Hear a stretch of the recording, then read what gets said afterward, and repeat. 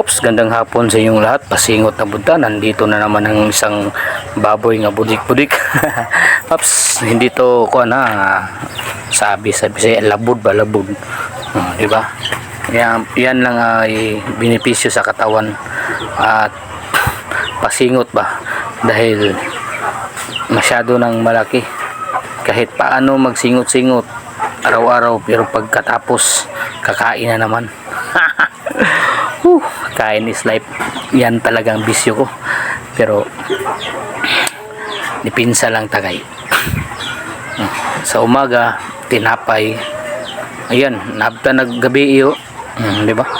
Naabta naggabi, gabi na yun siya, gikan sa alas 5:30 sa hapon hantod sa alas 6 sa oras po siya.